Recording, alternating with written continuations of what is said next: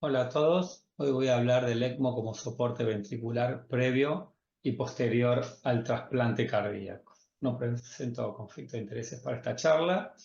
Cuando hablamos del ECMO veno-arterial tenemos que entender que este es un dispositivo de corta duración como puente a algo más. Es una terapia de sostén en el cual uno perfunde el organismo del paciente, lo oxigena y es como puente a algo más que puede ser un trasplante cardíaco, la recuperación, un dispositivo de asistencia de mayor duración o a la decisión.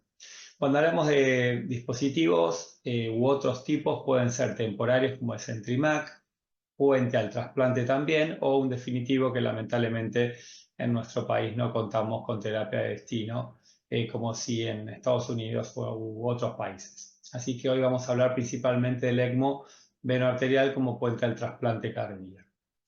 Cuando el paciente no recupera, que habitualmente esto ocurre 7, 10, 14 días, tenemos que entender que probablemente el trasplante puede ser una opción si no hay contraindicaciones. Lo que tenemos que ver es que no haya, digamos, complicaciones neurológicas y si es así, que tampoco haya una infección activa ni una falla multiorgánica. En ese caso, el trasplante cardíaco es una opción. En las situaciones en las cuales hay una infección, o una falla multiorgánica, más allá de los 7-10 días. En algunos casos un Centrimac puede colaborar, sobre todo cuando la poscarga está elevada, hasta que el paciente recupera el daño de órgano y luego sí, finalmente puede ir a un trasplante cardíaco. El ECMO como puente directo al trasplante, bueno, existe en el mundo, hay distintas series. Históricamente la incidencia es del 4 al 20% de los pacientes que están en ECMO que van como puente al trasplante en el mundo. Lo que tenemos que entender es que esto es un proceso que hay que tomarlo en el seno de un heart team porque realmente es muy selectivo y son pacientes de alto riesgo con altas complicaciones, como puede ser insuficiencia renal, la diálisis, el sangrado, la reoperación. Y estos pacientes en ECMO, cuando se complican, realmente llegar al trasplante puede ser de altísimo riesgo, principalmente luego de 7 a 9 días en ECMO, en el cual las complicaciones son muy frecuentes. Si comparamos a aquellos que llegan al trasplante con ECMO de los que no tienen ECMO previo, podemos ver que la mortalidad intrahospitalaria del grupo ECMO es el doble, casi el 14%, es más del doble. Y si este grupo además hace una falla primaria del injerto y están con un ECMO previo al trasplante, la mortalidad probablemente sea más del 90%. El Impact Score es un score que trata de predecir mortalidad en el trasplante y podemos ver que tener una asistencia previa temporal es digamos, el factor que suma, la variable que más puntos suma en este score, y el odds ratio para mortalidad de un año de tener una asistencia previa es casi 3, o sea que realmente es uno de los factores que más, digamos, tiene mayor peso a nivel de la mortalidad en este score.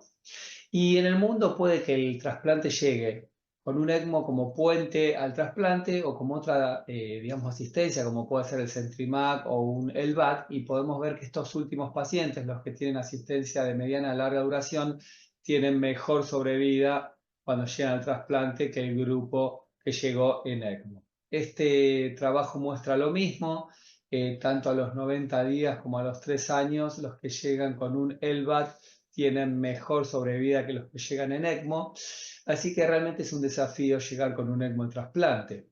Históricamente la sobrevida de este grupo a un año era del 57-58%, hay algunas series que hablan más del 70-72%. Pero por suerte en Estados Unidos hubo un cambio en la política de asignación de órganos en el cual el ECMO pasó a tener máximo nivel de prioridad, una emergencia A, más que el LVAD. Entonces estos pacientes con el nuevo sistema, aquellos que salían en lista, que eran la curva roja, pasaron principalmente a ser trasplantados, es la línea azul, a diferencia del sistema antiguo en el cual gran parte de estos que salían de lista eran principalmente por la mortalidad en ECMO, es la línea verde. Ahora, como podemos ver, aumentó claramente el número y el porcentaje de pacientes trasplantados. Y desde que tenemos esta nueva política de asignación en Estados Unidos, podemos ver que los pacientes sobreviven más con un ECMO como puente al trasplante, y además tienen menos falla primaria del injerto, menos complicaciones cardiopulmonares, tienen menos sangrados y menos fallas multiorgánicas de manera significativa. Hay ciertos predictores de mortalidad en este grupo, como ECMO puente al trasplante, que es, por ejemplo, la falla renal en el receptor, que el donante sea añoso o tenga dosis alta de norepinefrina, y también respecto al procedimiento hay ciertos factores, entre ellos el que más peso tiene es la falla primaria del injerto con un odds ratio de 21, seguido del sangrado y la resternotomía. En nuestra serie de LIGUA, la duración del ECMO, tener más de 7 días, es un predictor de mortalidad intrahospitalaria cuando el paciente va al trasplante. Un factor protector es discontinuar el ECMO, es decir, que si podemos sacarle el ECMO, destetarlo del ECMO previo al trasplante, probablemente ese paciente tenga mayor porcentaje de sobrevida.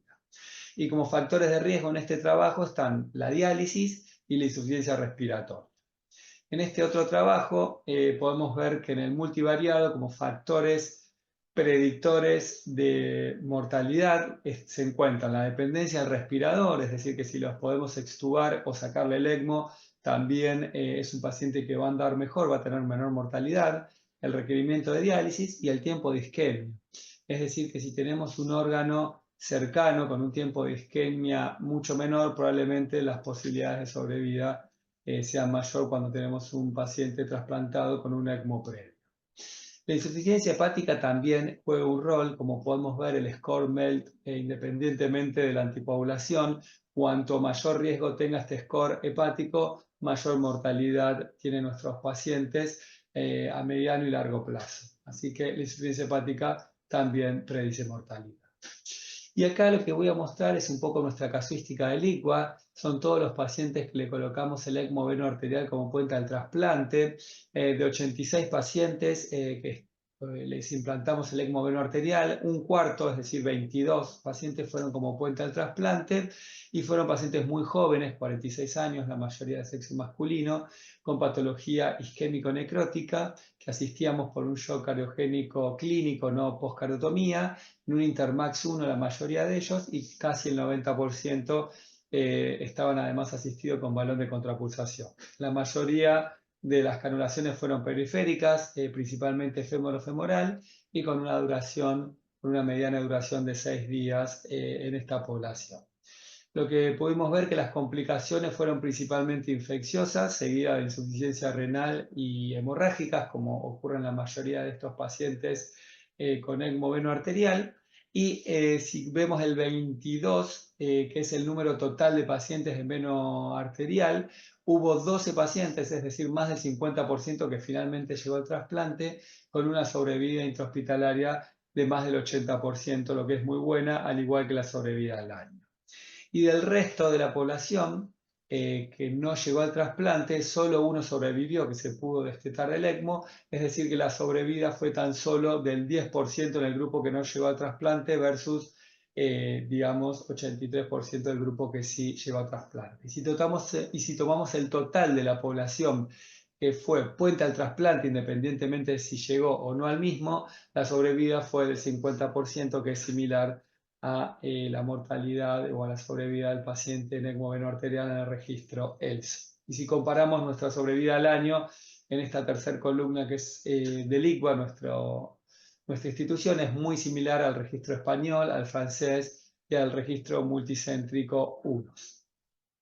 Bien, ya hablamos un poco del ECMO veno-arterial como puente al trasplante. Ahora queremos hablar del ECMO veno-arterial post-trasplante. ¿Cuándo necesitamos colocar un ECMO para asistencia ventricular? Bueno, y principalmente esto ocurre cuando hay una falla primaria del injerto.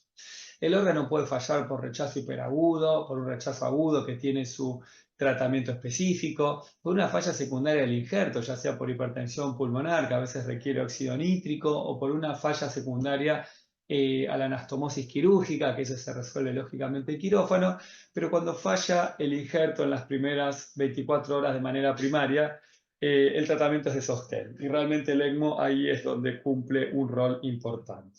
La incidencia y la mortalidad de la falla primaria, bueno, la mortalidad es cercana al 30% a los 30 días y la incidencia ronda entre los 7 y el 30%, esto es muy variable según cada centro y podemos clasificar a la misma como falla primaria del ventrículo izquierdo o falla primaria del ventrículo derecho.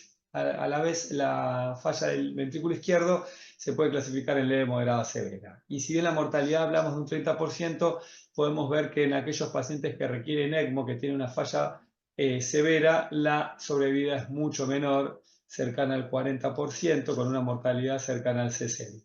Y lo mismo ocurre en el ventrículo que falla. Podemos ver que si la falla es biventricular, la mortalidad es mucho mayor que si falla solo el ventrículo derecho o el ventrículo izquierdo. El ECMO es una buena opción en la falla primaria del injerto, principalmente porque el injerto recupera, es como un puente a la recuperación. Si vemos estos pacientes en inotrópicos hay un 46% que sobrevive, y si le colocamos un LVAD va a sobrevivir tan solo el 25%. Sin embargo, en ECMO sobrevive el doble, prácticamente el 50% en esta experiencia. Mientras que en este otro trabajo podemos ver que la mortalidad fue del 27%, siendo también menor en el grupo ECMO, que es del 19%, comparado a aquellos que le colocaban un LVAD, en el cual la mortalidad fue mayor del 41%.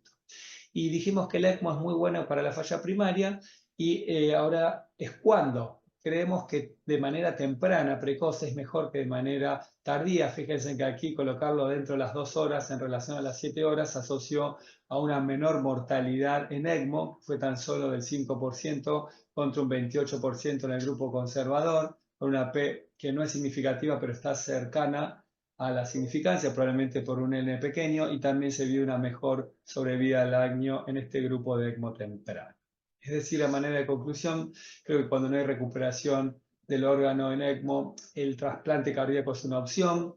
El trasplante es de alto riesgo en un paciente que está en ECMO y hay que ser muy selectivo con la elección de este paciente ideal. La sobrevida en pacientes con ECMO como puente al trasplante mejoró muchísimo en Estados Unidos con este cambio en la prioridad de asignación, en el cual pasó a tener una emergencia máxima, emergencia A, el grupo en ECMO.